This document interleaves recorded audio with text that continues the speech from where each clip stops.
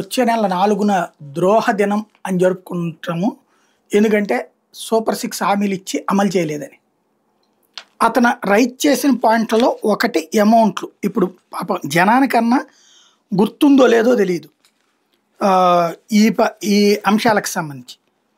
ఒకటి అందరికీ కూడా డబ్బులు ఇస్తానన్నారు. ఏదైతే ఆడబిడ్డ నిధికి 18,000 అంటే ఒక్కొక్కరికి 1,500 చొప్పున ఎంతమంది ఉంటే అంతమంది అన్నారు కదా.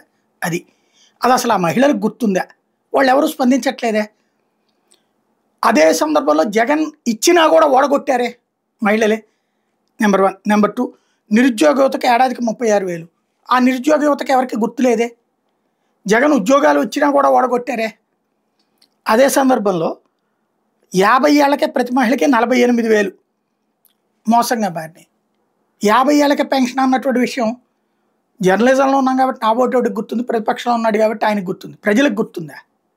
అలా గుర్తు లేకుండానే కదా వంశీని అరెస్ట్ చేశారు, ఆంజనేయులను అరెస్ట్ చేశారు, జగన్ అరెస్ట్ చేయబోతున్నారు, వాడిని వేసేస్తున్నారు, లోపల వీళ్ళని వేసేస్తున్నారు, వాడంతా వీడింత అని రాసుకొచ్చేది వార్తలు. ఇచ్చిన హామీలు మర్చిపోవాలంటే గత ప్రభుత్వం మీదనే చర్చ జరిగిపోతూ ఉండాలి. ఇవన్నీ మర్చిపోవాలి. కొన్ని రోజులకి మర్చిపోయేలా చెయ్యడమే వీళ్ళ ప్రయత్నం. సోషల్ మీడియా పుణ్యమా అని ఈ గుర్తుకొస్తున్నాయి. ప్రతిపక్షాన్ని అయితే కనుక అండర్ ప్లే చేసేస్తారు. ఈ వార్త ఈనాడు జ్యోతిరాయల రివర్స్లో రాసుకొచ్చినాయి. అంతే తేడా.